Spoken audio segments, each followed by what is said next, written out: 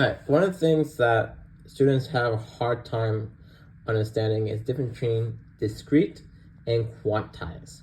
And to be honest, the difference is kind of hard to understand. And so let's try to think about it with Pokemon, at least the card game. All right, so let's first talk about what it means to be quantized. So if something to be quantized, it only occurs at discrete values. Once again, that's a full circular definition. And so it's very hard to understand. So think about the charge of a particle. A charge of a particle only exists at integer multiples of the charge of an electron. So for example, a particle can be positive E, negative E, positive 2E, negative 2E, positive 3E, positive 4E. There exists no particle that has a charge of half E or quarter E or 0.06 E. It's always an integer multiple of E. Likewise, the energy cards in the game Pokemon are quantized. So you have one energy card. You could have two energy cards. You have three energy cards.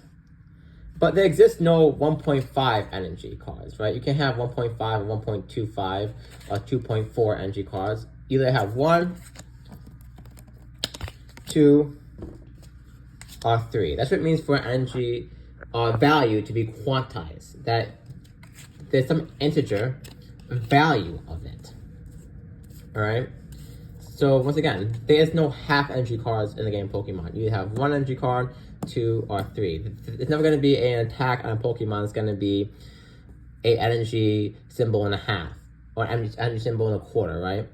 Because you can only have one energy card, two energy cards, three energy cards, all right? So that's what it means to be quantized. Now, discrete. Discrete means that only occurs at certain values. So think about the stages of evolution of a Pokemon as energy levels of an atom. So maybe our basic is going to be a ground state. Our next state, n equals 2, is going to be our stage 1. And our next stage is going to be n equals 3. So for example, our Rito would represent our ground state. Kakuna would be our n equals 1 state. And our Beedrill would be our n equals 2 state, right? So we know that a Rito evolves from, well, it goes from Rito to Kakuna to Beedrill, or similarly Caterpie to Metapod to Butterfree, for example, right? And so what it means to be discrete is that there exists no Pokemon in between these states, right? You're gonna find a Pokemon that's gonna be between Rito and Kakuna. There's not gonna be a Rikuna or a Bikuna, right? There's not gonna be a Pokemon that exists between these two. It evolves from Rito to Kakuna to Beedrill. There is no in-between phase. Just like the energy levels of electron, there exists no electrons that exist between the two energy levels. So electron will either be at the ground state, it will be in the n equals 1 state, or n equals 2, n equals 3, etc. There's not going to be an electron in between energy levels. Just like there's not going to be a Pokemon in between these stages. It goes from Rito to Kakuna to Beedrill.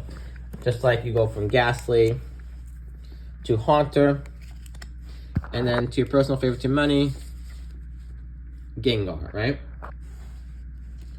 There's not going to be a Hastly, and a Haungar, for example, a Gaunter, right? There's not going to be a Pokemon in between these stages. You go from Ghastly to Haunter to Gengar.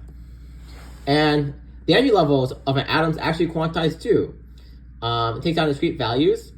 Now, it's not necessarily integer, but it's based off integer values of the energy level, which is 13.6 divided by n squared. But for example, the first energy level might be a 1 energy card. The next energy level might be 2 energy cards. And the third level might be 3 energy cards, right? So we find that the energy levels of an atom are also quantized, which is interesting. All right?